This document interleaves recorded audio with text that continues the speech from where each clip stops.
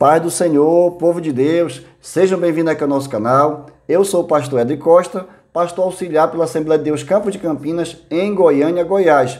E esse canal ele foi criado com o objetivo de promover a palavra de Deus para a edificação do corpo de Cristo, sempre procurando pregar a palavra de Deus com zelo e com responsabilidade. E toda semana eu venho aqui gravar videoaulas da nossa Escola Bíblica Dominical, também com o objetivo de ajudar alunos e professores na elaboração de suas aulas e no seu crescimento espiritual. E esse terceiro trimestre de 2023, nós estamos estudando profetas menores do Antigo Testamento, proclamando arrependimento, justiça e fidelidade a Deus, anunciando a esperança da salvação através do Messias.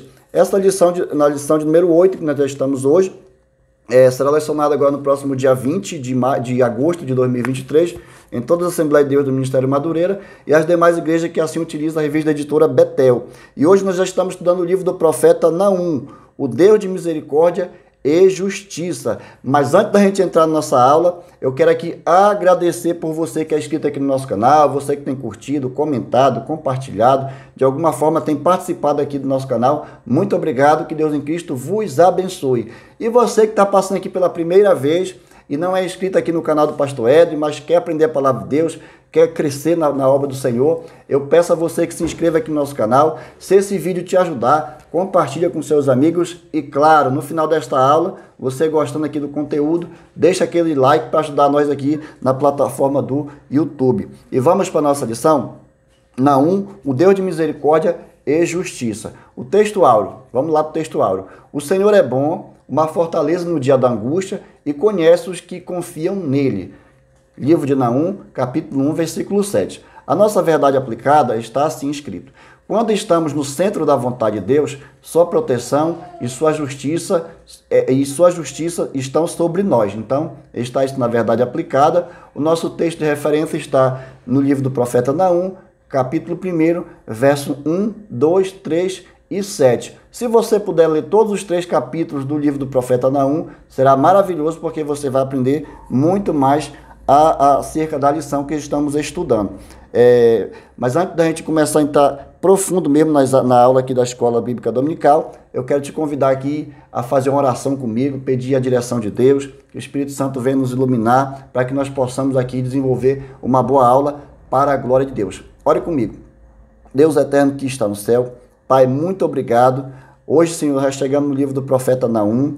Deus eterno, a 8ª lição, até aqui nos ajudou o Senhor tem nos dado revelação da sua palavra, o Senhor tem tido misericórdia de nós, e nós somos gratos a Ti, Deus, porque o Senhor preservou essa palavra, preservou, Deus, os escritos sagrados no decorrer dos anos, e hoje chegou até nós, Senhor, que esse livro hoje, Deus, venha falar conosco, que essas palavras venham adentrar o nosso coração, que a pessoa que está me ouvindo neste momento, ó Deus, seja também impactado pelo poder da Tua palavra, que tenha a sua vida transformada, que haja crescimento espiritual na vida dela e que ela venha a crescer a cada dia na Tua presença, para que possa permanecer firme diante do Senhor e não cair, não retroceder na caminhada cristã.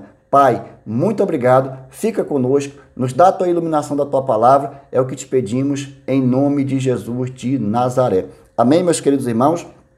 Como sempre fazemos, vamos aqui ver, sempre a revista fala do cenário da mensagem do profeta, então vamos ver o cenário da mensagem do profeta Naum, mas eu sempre gosto aqui de falar um pouco acerca do profeta primeiro.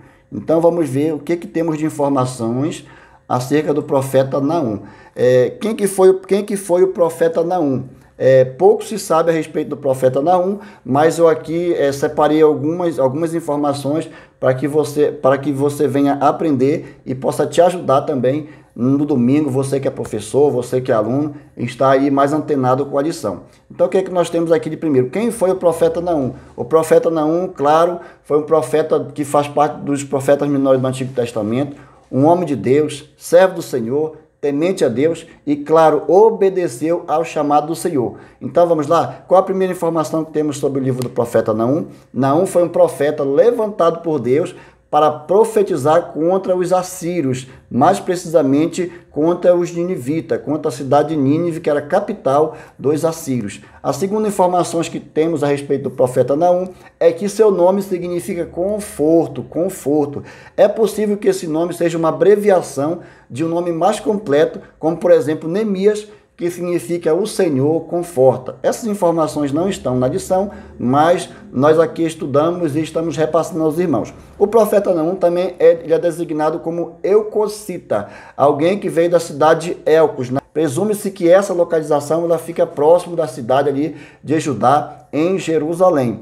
Muitos eruditos já tentaram identificar esse vilarejo chamado Elcos como uma forma mais conclusiva, porém ninguém conseguiu determinar com exatidão alguma informação precisa sobre o local aonde se localiza esse vilarejo. Então, ninguém chegou ainda a um consenso de onde realmente está localizada esta cidade. Então, outros estudiosos sugerem que Elcos ficava em alguma localização próxima também da antiga cidade de Nínive, talvez na Galileia, principalmente no decorrência da cidade de Cafarnaum, que significa vila de Naum, ou seja, do hebraico Quefar-Naum. Então, por esse motivo, alguns estudiosos acreditam que esse vilarejo Elcos ficava próximo também da cidade dos ninivitas. Mas, apesar de todas essas especulações, não é possível determinar que essa cidade realmente esteja em nenhuma dessas localizações geográficas.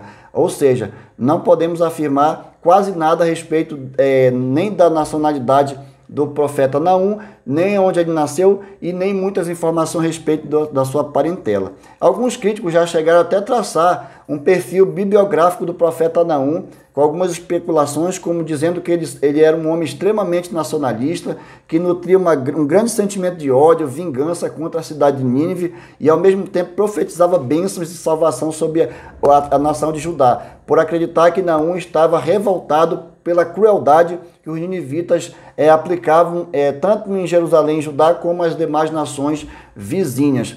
Mas isso são apenas especulações, é alguém tentando traçar o perfil bibliográfico do profeta Naum, mas que não é comprovado, porque ao analisarmos a sua profecia, podemos entender e compreender que o profeta Naum era um homem que conhecia a Deus e, acima de tudo, ele reconhecia a soberania do Senhor e o domínio que Deus tinha sobre todos e tudo. Deus era poderoso e poderia usá-lo. Portanto, esse perfil crítico não se assemelha em nada no caráter do servo de Deus chamado profeta Naum. Pelo contrário, as suas profecias também pareciam muito com Amós, com Isaías, com os demais profetas do Antigo Testamento, porque trazia mensagem também de juízo para alguma nação enviadas por Deus. Então, essas são algumas informações que nós temos acerca do profeta. Em que época o profeta Naum também viveu? Vamos ver se temos aqui algumas informações acerca da data em que o profeta Naum viveu. Também não há exatidão, tá vendo? Não há também como afirmar o período que o profeta não viveu e, consequentemente, ele profetizou. Então, conforme alguns relatos na profecia de Naum, fica claro que ele viveu num período próximo e que antecedeu a destruição dos ninivitas por volta do ano 612 a.C. O profeta Naum também fez referência no seu livro sobre uma captura de Tebas, ou seja, por essa captura de Tebas, alguns estudiosos acreditam que ele profetizou no ano 663 a.C. Logo, com base nessas informações, é possível afirmar, é possível que o profeta Naum tenha vivido aproximadamente tenha profetizado e vivido no ano 690 a 600 a.C. O profeta Naum também ele foi contemporâneo do profeta Sofonias, do profeta Jeremias e também do profeta Abacuque. Então, essas são as informações que nós temos aí, são poucas informações acerca do profeta, mas eu acredito que vai te ajudar a ter uma melhor compreensão na Escola Bíblica Dominical no próximo domingo. Então, vamos aqui para o cenário da mensagem do profeta Naum. Eu creio que o cenário do profeta Naum, ele já é contemplado aqui no 1.2. 1.2 que vai dizer aqui, o nosso subtópico 1.2, conhecendo um pouco mais, aqui ó, a mensagem do profeta no 1.2. Então, eu acredito que o cenário e 1.2 estão interligados, então vamos passar direto para a mensagem do profeta. O profeta Naum, para começar o livro do profeta Naum, já começa falando o seguinte: peso de Nínive, livro da visão de Naum, ou Eucocita. Então, nós já podemos entender que já existe ali um peso sobre a cidade de Nínive, existe uma sentença, e que Deus ali numa visão chama o profeta Naum para ir profetizar sobre essa nação pagã, que era a grande cidade de Nínive, a poderosa Nínive, parecia invencível, mas o Senhor estava no controle de tudo e estava trazendo juízo. Então o Senhor já começa ali o livro trazendo uma mensagem de juízo. E ali, qual que é o cenário que estava acontecendo naquele dia? A cidade de Nínive, no auge do seu poder, do reino dos assírios, o profeta não ia levantado por Deus para dar um fôlego também para as demais nações e para a cidade de Judá, um pouco de esperança, porque essas cidades, elas eram constantemente atacadas e eram vítimas de todas as crueldades e maldades que eram aplicadas pelos ninivitas, ou seja, pelos assírios. Então, eles estavam oprimindo muitos povos, principalmente Judá. Então, o Senhor levanta o profeta Naum também para trazer um fôlego ali, dar uma respirada, né, na nação ali de Jerusalém, de Judá, para que eles pudessem entender de que o Senhor também estava no controle de tudo. Os próprios israelitas precisavam entender que Deus não os havia abandonado. É que o principal propósito da mensagem do profeta Naum foi anunciar um julgamento, claro, contra a cidade de Nínive, uma cidade de um povo extremamente cruel, bárbaro, pois no passado, há cerca de 130 a 150 anos atrás, lá na lição de número 6 que nós tivemos sobre o profeta Jonas, nós vamos ver que Jonas também foi levantado por Deus para levar uma mensagem ali aos ninivitas. A princípio Jonas ele resistiu, mas depois ele reconheceu que Deus estava chamando ele para uma grande missão e ele foi anunciar um juízo ali. Ocasião essa em que os ninivitas eles se arrependeram e, claro, quem se arrepende alcança a misericórdia de Deus. E os ninivitas, então, eles depois desse arrependimento que Jonas pregou, eu acredito que eles não repassaram ali aquela bênção que eles receberam de Deus ali, a misericórdia que eles receberam de Deus, não passaram as informações aos seus filhos acerca do nosso Deus, e a cidade de Nínive voltou novamente a cometer todo tipo de atrocidade, de maldade que estava ali desagradando o Senhor. Então o que é que eu entendo com tudo isso é que o livro do profeta Naum é também um desdobramento lá do início do livro do profeta Jonas. Jonas começou ali a trazer a palavra de Deus, mas os ninivitas, a princípio, eles se arrependeram, mas depois pisaram na bola de novo, voltaram a praticar o que era mal, e o Senhor levanta agora o profeta Naum, e agora a cidade de Nínive será destruída para sempre. Então, essas são as informações daqui no ponto 2. E o ninivita, se para o ninivita era uma mensagem de juízo, para ajudar era uma intervenção divina em seu favor. Então, essas informações que nós temos acerca do 1.2. E qual aplicação nós podemos tirar? Professor, domingo, o que nós podemos aqui tirar para poder repassar aos nossos alunos no domingo na nossa escola bíblica dominical? Que Deus é um Deus de oportunidade, ele não erra no seu juízo. Então, o que nós entendemos desse 1.2? É que Deus é o Deus das oportunidades. São as escolhas humanas que nos levam a cair na presença de Deus, que nos levam a errar. Como, por exemplo, quebra de aliança que atrai a ira do nosso Deus. Então, é isso que nós podemos tirar de aplicação desse 1.2. E o que nós podemos retirar mais de aplicação do 1.2? É que o arrependimento de ontem, irmãos, ele não vale para hoje. Os ninivitas se arrependeram no dia de Jonas, mas isso não valeu para os dias do profeta Naum. Por quê? Uma vez o arrependimento vindo na vida do cristão, ele precisa manter firme-se na presença de Deus. Então, essa história de uma vez salvo, sempre salvo, isso é conversa furada. Graça sobre graça, não caia nessa cilada, porque nós precisamos todos os dias tomar nossa cruz, viver em santidade, viver uma vida santa, digna diante do Senhor, até que Cristo volte. Então tem muitas pessoas pregando, eu já aceitei Jesus, eu já me converti, isso já basta, agora eu vou viver a minha vida do meu próprio jeito e Deus vai me salvar porque eu já fiz uma escolha de ficar ao lado dele. A pessoa só não lembra de obedecer ao Senhor. Então, quando nós desobedecemos ao Senhor, aquele arrependimento de ontem, ele é cancelado, porque hoje nós já estamos praticando maldade. E foi isso que aconteceu com a cidade dos ninivitas. Vamos para 1.3, o julgamento dos ninivitas. Vamos ver de que forma se desenrolou esse julgamento dos ninivitas. Que nós podemos retirar aqui do 1.3? Que o ninivita era comum eles levarem ali, irmão, deuses para as nações que eles conquistavam. Quando eles conquistavam uma outra nação, na verdade era uma briga de poder de deuses. Quem era o Deus mais poderoso? Então, quando eles dominavam uma nação, eles transportavam ali os seus deuses para as cidades que eles conquistavam, como uma demonstração de poder, dizendo para as outras nações: olha, nós vencemos mais um Deus. Então era comum eles fazerem essa prática, além de afirmarem ser mais poderoso. Olha a ousadia dos ninivitas, eles afirmaram que eram mais poderosos do que o Deus de Israel, e eles mantinham a confiança, sabem que? Nos seus exércitos, nas suas muralhas. Eles se consideravam um povo mais alto, invencível, imbatível, mas o que eles não sabiam é que eles estavam afrontando o verdadeiro Deus. Então isso nós tiramos aqui do 1.3. E o que nós retiramos mais do 1.3 aqui como destaque aos irmãos?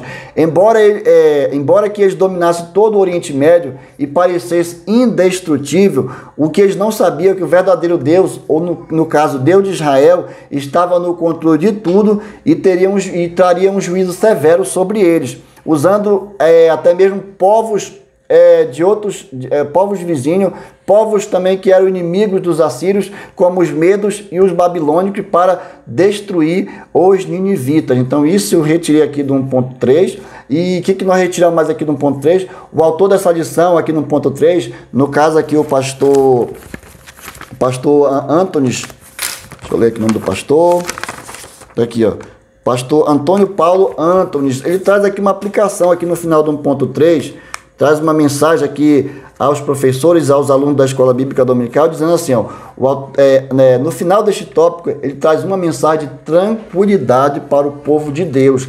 Ele, através desse tópico, ele vem trazer tranquilidade. E o que é que nós podemos tirar de aplicação pessoal para a nossa vida, para o nosso crescimento, acerca do 1.3? Que não devemos desperdiçar as oportunidades que Deus nos dá. Os ninivitas desperdiçaram a oportunidade que Deus havia dado cerca de 130 a 150 anos atrás, através do profeta Jonas. E eles não valorizaram essa bênção que Deus tinha ali liberado para eles. Então, eles não valorizaram. O que eu trago de lição para nós? Nós precisamos valorizar as oportunidades que Deus nos dá. Nós devemos valorizar a graça de Deus, a misericórdia, para que a ira de Deus não se levante contra nós. O que nós podemos tirar de aplicação mais do 1.3? É que nada resiste ao poder de Deus. Ou seja, um dos atributos de Deus é a onipotência. Então Deus é o Deus todo-poderoso e não tem ninguém que possa resistir a Ele, não tem ninguém que possa escapar das suas mãos.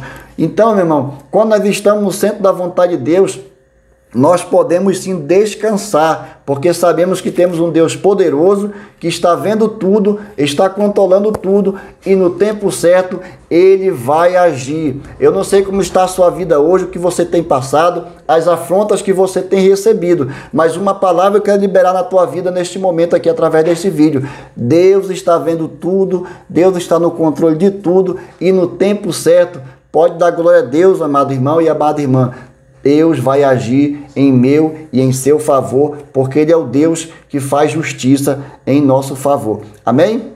Então, é assim que nós encerramos o tópico 1 da nossa lição, com esse fechamento. Deus está no controle e vai agir em nosso favor. Vamos para o tópico 2, a bondade e a ira de Deus.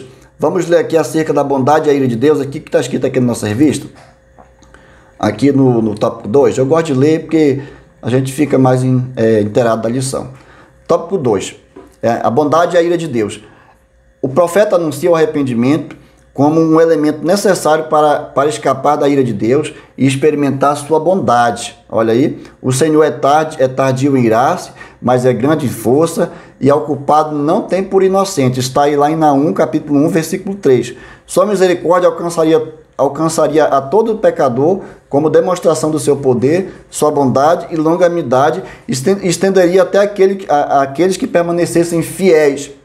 O Senhor é bom e uma fortaleza no dia da angústia, e Ele conhece os que confiam nele. Então, Essa aqui é a base do tópico 2. E o que eu retirei aqui do 2.1, para nós ter aqui como base aqui? O que eu tirei aqui do 2.1? O que eu extraí desse tópico? O que eu extraí desse tópico? O livro Naum, ele tem como pano de fundo uma mensagem dura contra os ninivitas, motivado, sabe por quê? Por seu mau comportamento e crueldade, tanto contra Israel quanto as demais nações. Então, o pano de fundo aqui do livro do profeta Naum é exatamente uma dura mensagem que Deus usa ao seu profeta para entregar ali aos ninivitas. O que eu extraí mais aqui do tópico 2.1? Que em meio a um cenário de extrema crueldade, Deus traria um sopro de esperança aos oprimidos. Quantas vezes nós estamos oprimidos e Deus traz um sopro de esperança em nossas vidas para nos trazer calmaria. Então, o que nós podemos extrair mais aqui do tópico 2.1? Deus levanta o profeta em meio ao caos, ou seja, no pior momento vivido pelo povo de Deus naqueles dias, Deus levanta o profeta Naum. O que nós extraímos mais aqui do tópico 2.1? Que o autor da lição também, assim como ele trouxe lá no tópico anterior, ele traz uma declaração, que não importa o tamanho da força contrária, nada se compara ao nosso Deus. Então está aí novamente confirmando aqui o poder de Deus, confirmando aqui novamente a onipotência do Senhor. E o que nós podemos tirar de aplicação para nossas vidas? Você, professor, para aplicar na escola bíblica dominical no domingo para seus alunos e também para você. É que Deus, no tempo certo, ele vai abater os nossos inimigos. Deus, no tempo certo, trará a resposta que nós tanto precisamos e vai trazer o juízo para os nossos inimigos, porque o Senhor é Deus que cumpre as suas promessas. Que o poder de Deus se aperfeiçoa, meus queridos, na fraqueza.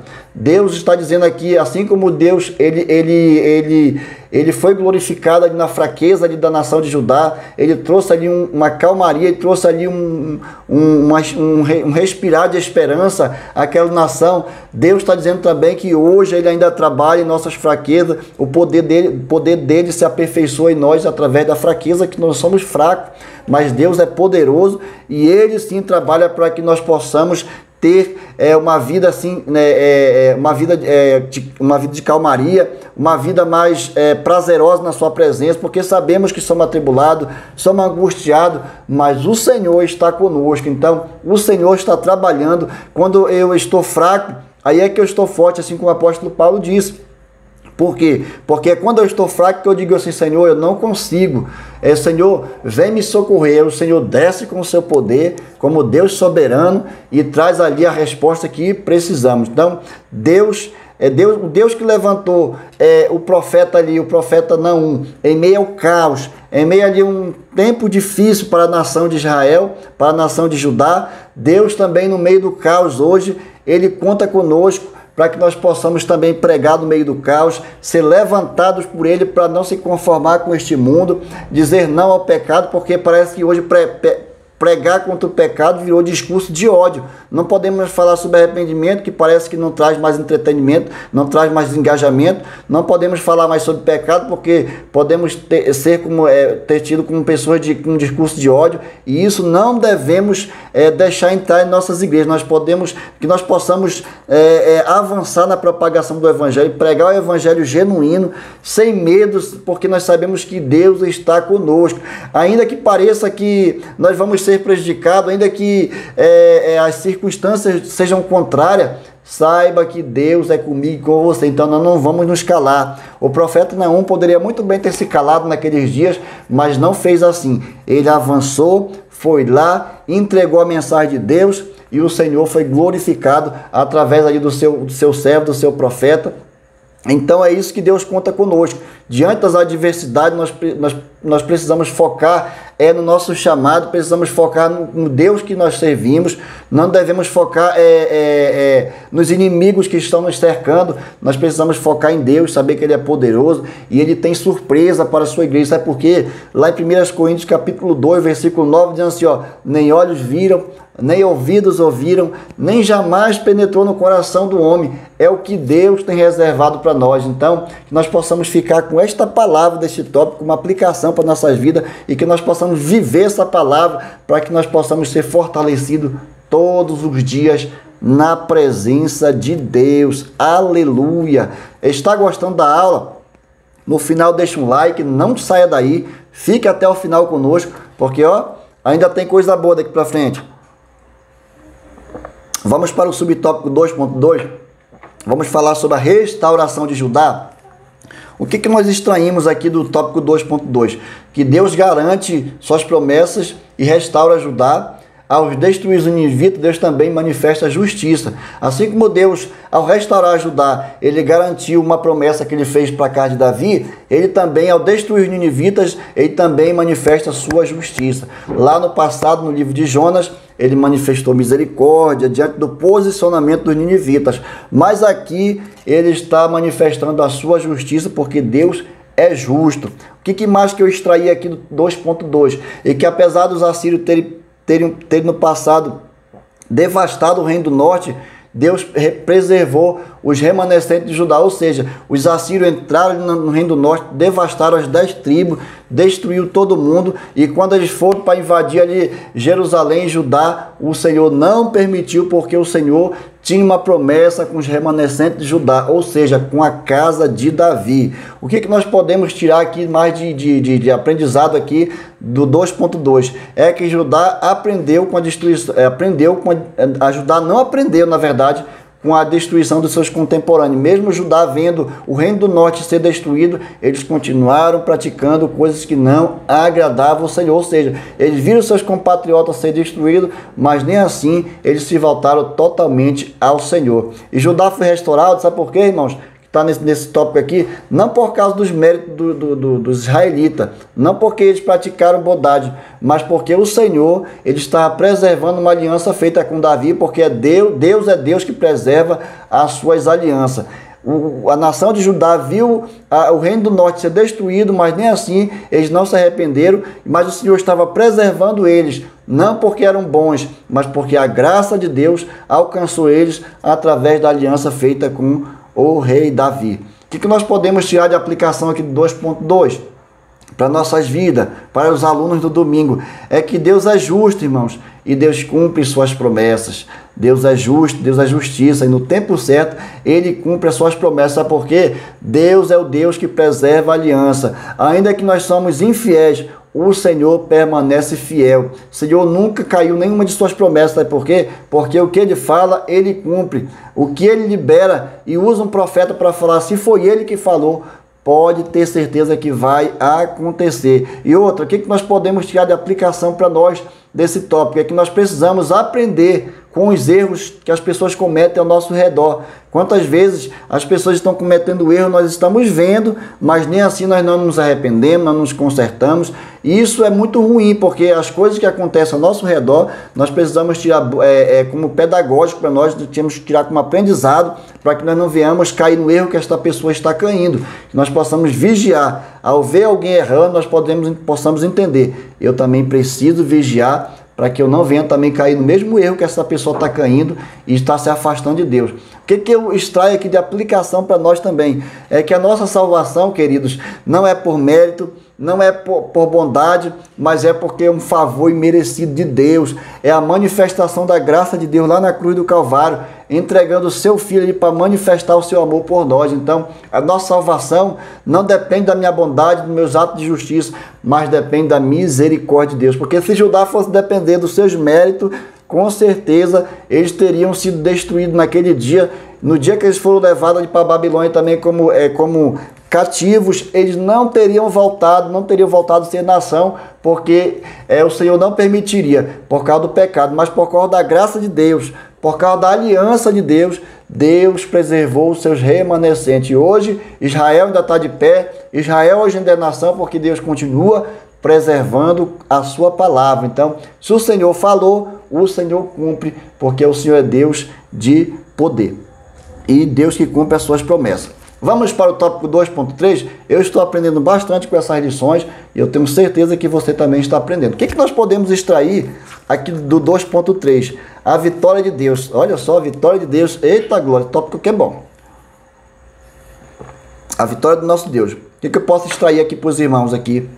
É do 2.3. O livro de Naum apresenta um juízo, claro, contra os ninivitas, que na ótica humana parece ser uma sentença passional de Deus, que tem prazer em aplicar um juízo contra os pecadores. O segundo destaque que eu quero falar aqui aos irmãos é que vale ressaltar que a sentença só foi aplicada devido aos maus comportamentos dos ninivitas, certo? O terceiro ponto que eu quero destacar é que a maldade dos ninivitas não tinha limite, irmãos. Os ninivitas, eles matavam, eles saqueavam, com requinte de crueldade, eles implantavam medo e terror entre os povos, eles utilizavam de métodos para extorquir, para aplicar altos impostos, também tinha prazer em matar os seus inimigos e tinham para manter também ali seus elevados padrões de vida que eles praticavam um imposto muito elevado contra as demais nações, porque eles se achavam todo poderosos.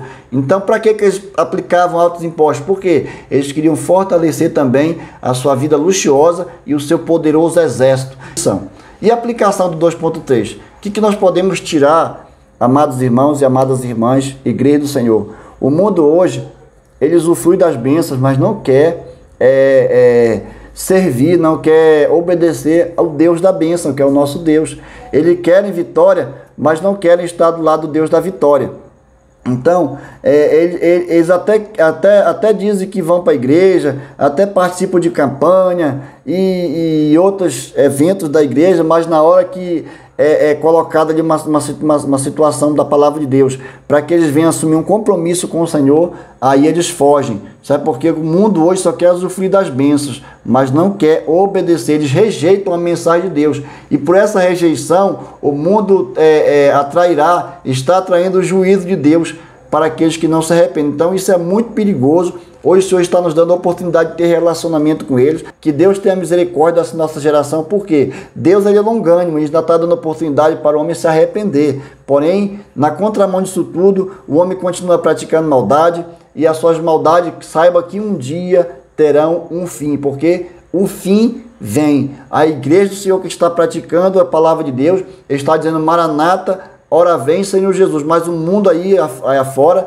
está ouvindo a palavra de Deus, entra no lado e sai no outro, e não estão dando a mínima, estão rejeitando a palavra de Deus, eles estão vivendo as suas vidas de acordo com seus próprios padrões que eles estabeleceram, eles estão dando ouvido à doutrina de demônio, estão praticando todos os atos que desagradam ao Senhor, que abominam a santidade de Deus. Mas isso vai ter um fim. A prestação de conta vai chegar, o famoso boleto vai chegar, né? Cedo ou tarde ele chega. E assim também o juízo do Senhor, ele vai chegar. Então que esse vídeo aqui, ele chegue a esta pessoa que porventura esteja vivendo desta maneira, está brincando de ser crente, está brincando de ser evangélico, está brincando de ler a Bíblia, irmão. Cuidado, Deus é Deus de amor, de misericórdia, a sua graça está estabelecida ainda, mas Ele também é Deus que traz juízo sobre aqueles que não se arrependem.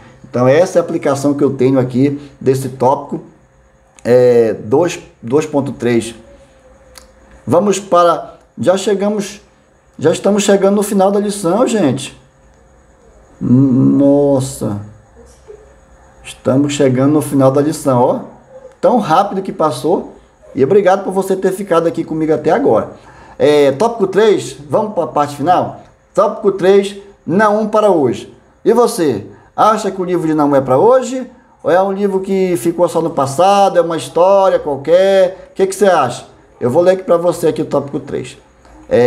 A tônica do livro de Naum é a justiça de Deus, que deve ser uma mensagem, tá vendo? Para todos os tempos. Muito embora a justiça de Deus seja incompreensível aos parâmetros humanos, é certo que Ele trará juízo sobre toda a iniquidade. O Senhor não perdeu e não perderá o controle, tá vendo? Eita glória! Sobre os acontecimentos, e no tempo determinado por Ele, tá vendo? É por Ele, fará intervenção como tem acontecido na história em todas as épocas. Então, assim como o Senhor Ele interviu lá nos dias de Judá, hoje o Senhor também pode intervir, vai intervir, porque está na sua palavra. O Senhor, Ele é fiel e Ele vai cumprir a sua palavra. Amém? O que eu extraí aqui do tópico 3, Naum para hoje? Eu quero compartilhar com vocês aqui. O Senhor, o que eu extraí aqui? Que o Senhor, Ele sempre cumpre o que Ele fala. O que nós podemos extrair também aqui desse tópico 3.1? Ninguém é tão alto e poderoso, cheio de si, que não seja alcançado pelo juízo de Deus. Olha só, e que não existe pecador arrependido que não seja alcançado também pela misericórdia de Deus. Que eu extraí mais aqui do 3.1? Deus é um juiz imparcial. Ele aplica seus juízos com perfeição. 4. A maior prova da sua justiça está registrada, sabe aonde? Sabe onde está uma das maiores provas da justiça de Deus? Está registrada em João 3,16, quando diz assim: Deus amou o mundo de tal maneira, deu seu Filho único, para que todo aquele que nele crê não pereça, mas tenha vida eterna. Então está aí a maior prova da justiça de Deus. Deus é justo. E Deus, ele pratica a justiça, porque ele enviou o seu Filho para nos justificar. O que eu posso tirar mais aqui do tópico 3.1? Deus é amor, conforme está lá em João 3,18, mas Deus também é o quê? Fogo consumidor. Essa parte os pecadores não gostam, que Deus é fogo consumidor. Hoje, se você falar que o pecador que não se arrepende tem uma grande probabilidade de ir para o inferno, e eles ficam com raiva do pregador, fala que é discurso de ódio, mas é a palavra de Deus, irmão. Nós precisamos pregar. Deus é amor, Deus está dando oportunidade. É o pecado na vida das pessoas que não deixam ela reconhecer isso, estão tão abraçados com as coisas deste mundo, que não dão crédito à palavra de Deus, e no tempo certo o fogo vai vir. E é um fogo consumidor, conforme está lá em Hebreus 10:29. Então, nós possamos ter isso em mente. Deus, ele é amor. Tem muitas pessoas que falam assim: Deus é amor, ele não vai me jogar numa panela de óleo quente fervendo. Claro que óleo quente é fervendo, né? Uma panela de óleo quente. Mas Deus, ele pratica a justiça. Ele vai consumir toda esta terra, amém? O que nós podemos tirar de aplicação aqui do 3.1? Que não adianta o sistema tentar contra a Bíblia, não adianta o sistema tentar impedir a propagação do Evangelho. O que está escrito, irmão, vai se cumprir. Tem muitos crentes, muitos cristãos aí que estão com medo das leis que estão sendo elaboradas no Congresso. Irmão, eu quero te trazer uma mensagem de tranquilidade. Fica tranquilo. As portas do inferno não prevalecerão contra a casa de Deus, contra a igreja do Senhor.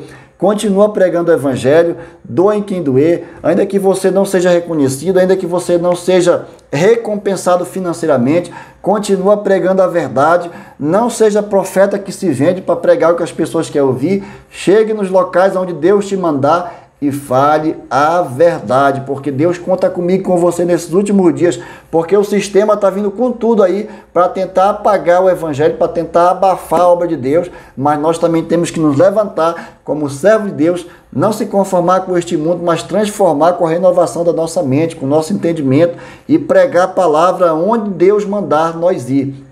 Por quê, irmãos? Porque a porta da salvação ainda está aberta para todos, é para todos. Jesus veio para morrer por todos. É bem verdade que nem todos vão querer dar ouvido ao Evangelho, mas foi por todos. A salvação, ela é universal, é para todos aqueles que querem. É pena que alguns não querem, então, mas a salvação está aberta aí. Então, não adianta tentar abafar a obra de Deus, porque a salvação está continuando sendo propagada. Jesus hoje, irmãos, o que eu tirei de aplicação para nossas vidas hoje nesse tópico? Jesus hoje é nosso advogado, mas no futuro nós teremos que nos apresentar diante do grande juiz, que é o juiz imparcial. Quando fala em juiz imparcial, é o juiz que julga de maneira justa, é o juiz que julga de maneira perfeita, porque ele não tem lado, ele vai julgar de acordo com aquilo que nós praticamos. Se nós nos arrependemos, é claro que a graça e a misericórdia dele vai nos alcançar. Mas se nós não nos arrependemos e continuamos praticando o que está lá em Romanos, capítulo 1, a partir do verso 15, se não estou enganado, irmãos, se as pessoas continuarem praticando aquilo, o grande juiz nesse dia não será subornado, o grande juiz não será influenciado por homens poderosos dessa terra, nem muito menos pela política, mas ele vai julgar de maneira imparcial. Ele não tem lado, ele julga segundo aquilo que nós praticamos, seja de bom ou de ruim. Todos nós temos que nos apresentar diante do grande Deus, do grande juiz, e ele vai julgar a nossa causa. Irmão, infelizmente, muitas pessoas terão grandes decepções nesse dia, porque vão se surpreender com o julgamento de Deus, que Deus é justo. Aqui na terra eles podem até comprar juízes, eles podem até subornar, mas lá ninguém vai poder fazer isso. Aleluia! Então, irmãos, o que eu tenho de aplicação para nós desse tópico? É que nós precisamos valorizar o sacrifício de Cristo, que nós venhamos parar de brincar de ser cristão, como eu falei no tópico anterior, venhamos assumir uma postura de crentes eloquentes, de crentes autênticos, crentes que não andam de acordo com a vontade deste mundo, mas andam de acordo com a palavra de Deus aqui, ó. Essa aqui é a nossa bússola, nós precisamos seguir o que está aqui. Ainda que as pessoas querem até retirar texto daqui, ó, para tentar encobrir os seus pecados, para tentar, de alguma forma, justificar sua vida pecaminosa, tentando tirar texto bíblico, irmão, todos vão ter que comparecer diante de Deus. Então vamos valorizar o sacrifício de Cristo. Se o mundo não quer valorizar, nós como igreja precisamos valorizar o grande sacrifício que Cristo fez na cruz para salvar a mim e a você. Aleluia. 3.2, olha aí. Deus se compadece dos que nele confiam.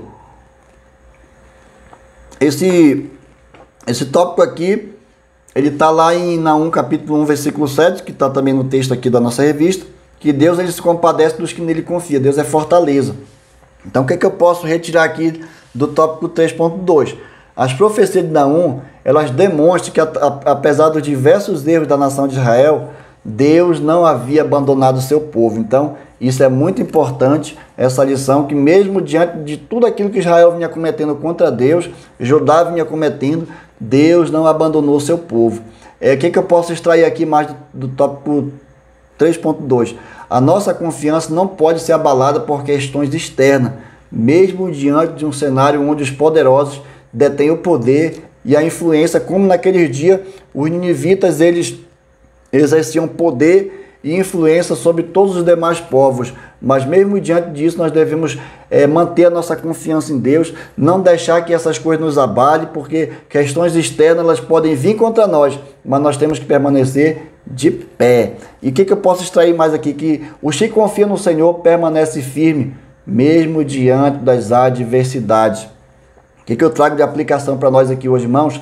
Não é fácil permanecer firme diante das adversidades. Se eu falar para vocês que é fácil, eu vou estar aqui com demagogia, mas não é fácil. Mas se a gente buscar Deus, se a gente se voltar ao Senhor, pedir a direção de Deus, a gente vai conseguir se manter de pé diante do Senhor. Apesar de nossas falhas humanas, nós precisamos nos arrepender e acreditar que Deus aí não nos abandona. Satanás tem feito de tudo para tentar colocar na mente de alguns crentes, de alguns servos do Senhor, que Deus vos abandonou porque a pessoa está passando uma prova, porque a pessoa está passando por uma dificuldade, uma adversidade. Aí o inimigo vem no ouvido dela dizendo assim: olha, Deus te abandonou. Para de ser cristão, para de ir para a igreja, porque para você não tem mais jeito. É isso que o inimigo tem disseminado no meio das pessoas, tem estragado a vida de muita gente, mas nós não viemos dar voz ao inimigo, nós não viemos ouvir a voz do maligno, mas que nós possamos crer nas promessas de Deus. Deus falou que não nos abandonaria, Ele falou que estaria convosco todos os dias até a consumação dos séculos, através do seu Espírito Santo. Então o Espírito Santo está conosco. Então tem ferramenta maior e melhor do que essa para vencer as influências malignas, para vencer as tempestades, para vencer as adversidades? Não tem, irmãos.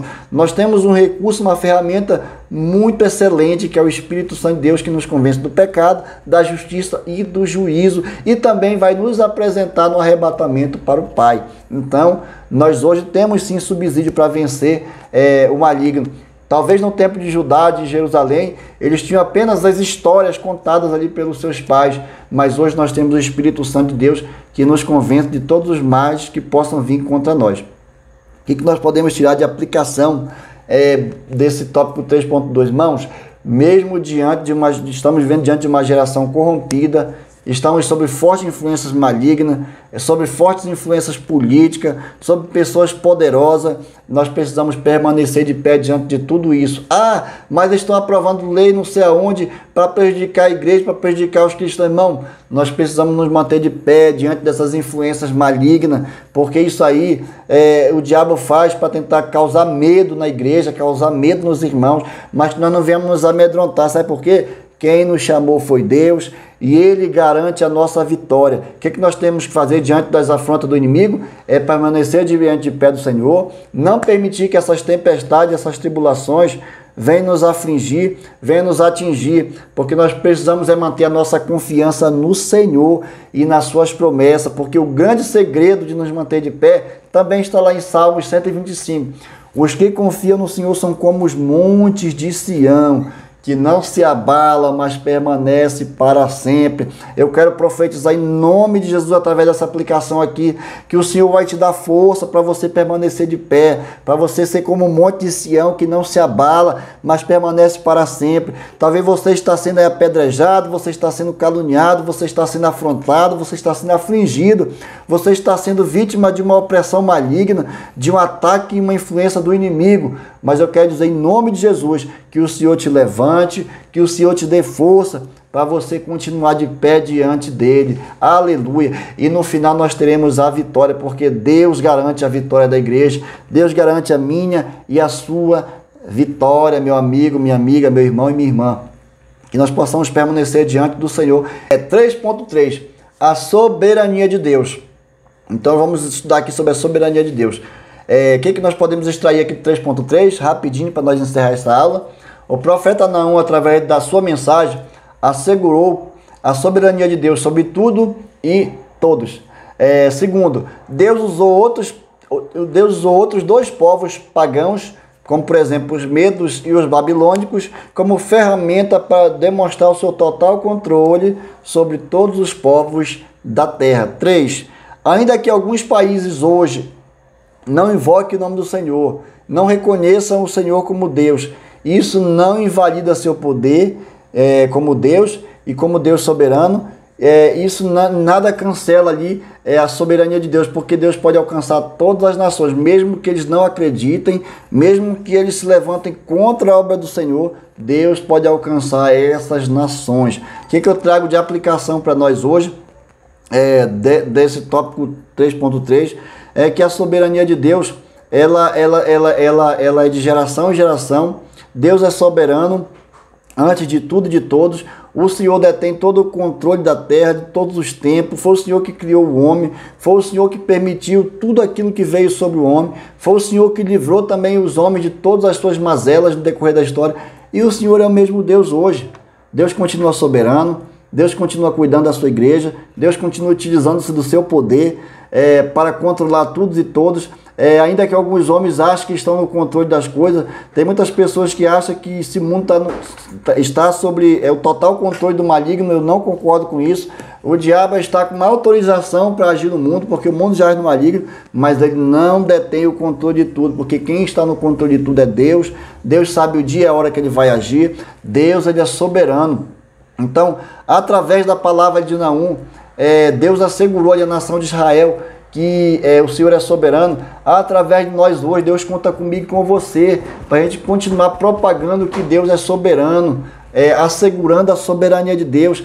Deus está no controle de tudo e de todos. Então, se alguém falar para você que algum outro Deus está no controle dessa terra, que algum outro Deus tem um controle total dessa terra, repreenda, não aceite, porque o único Deus verdadeiro é o Deus de Israel, Deus de Abraão, de Isaac, de Jacó. É o nosso Deus vivo, é o Deus que pode fazer algo por nós. Não é um Deus morto, como muitas pessoas servem a deuses mortos aí, adoram um pedaço de madeira, adoram todo tipo de utensílio e não acreditam no Deus vivo. Mas nós acreditamos no Deus vivo, no Deus soberano, e que as portas do inferno, elas não prevalecerão contra a igreja do Senhor. Sabe por quê? Porque nosso Deus é soberano. Se nosso Deus garantiu, ele no tempo certo vai se levantar para defender a sua igreja. E que apesar, irmão, do que eu trago de aplicação desse tópico aqui sobre a soberania de Deus, que apesar do grande crescimento de milhares de seitas, de heresia, de vários movimentos contrários, como o movimento homoafetivo e como os movimentos de liberação de droga, e tantas coisas ruins que acontecem nesse mundo têm crescido, seitas têm crescido de maneira exagerada nessa terra. Isso nada pode nos afetar, isso nada diminui o poder de Deus, isso nos dá mais combustível para nós continuar pregando a palavra de Deus, para nós continuar dizendo que Deus é soberano. Essas coisas que estão acontecendo no mundo aí, isso nada invalida o poder de Deus, porque Deus é soberano. Então, que você fique com esta palavra, que essa palavra penetre no seu coração, que você tenha convicção de que tudo que está acontecendo hoje está sim no controle do nosso Deus, e Ele no tempo certo, Ele vai agir. Vamos fazer a oração comigo para encerrar, agradecendo a Deus por essa maravilhosa aula. Eu estou muito feliz aqui pelo nosso resultado. Eu sei que essa aula vai ajudar muitas pessoas, em nome de Jesus. Ore comigo. Soberano e poderoso e eterno Deus, Deus que controla todas as épocas, Deus que controla todas as nações, Deus que manda e desmanda nos povos. Senhor, muito obrigado pela propagação desta aula. Muito obrigado, Deus, porque o Senhor nos deu essa permissão. Muito obrigado, Senhor, porque o Senhor nos deu entendimento para poder aplicar, Deus, essas lições dessa revista Escola Dominical. Que o livro do profeta Naum venha abrir os olhos dos nossos irmãos, venha abrir os olhos da tua igreja, que nós possamos, Deus, ser a cada dia alcançado pela tua misericórdia, mas sabendo, Deus, que haverá a justiça do Senhor também sobre esta terra, que a justiça do Senhor irá alcançar, Deus, todas as gerações. Pai, em nome de Jesus, Deus, eu peço que o Senhor abençoe esta pessoa neste momento, Deus, que está ouvindo esta aula, que está aprendendo, que no domingo, Senhor, esta pessoa, Deus, esteja apta para ensinar, para também aprender a tua palavra, Senhor. É o que eu te peço, Deus, eu te agradeço, em nome de Jesus de Nazaré. Muito obrigado, você que ficou aqui até o final. Não se esqueça de deixar o like, não se esqueça de deixar um comentário, viu? É muito importante a sua participação. Se gostou dessa aula, irmão, não fique só para você, compartilhe com seus amigos, com seus grupos familiares, porque tenho certeza que mais pessoas irão ser abençoadas. E aprovando o bom Deus, semana que vem nós estaremos aqui para estudar a lição de número 9, Profeta Abacuque, o justo viverá pela fé.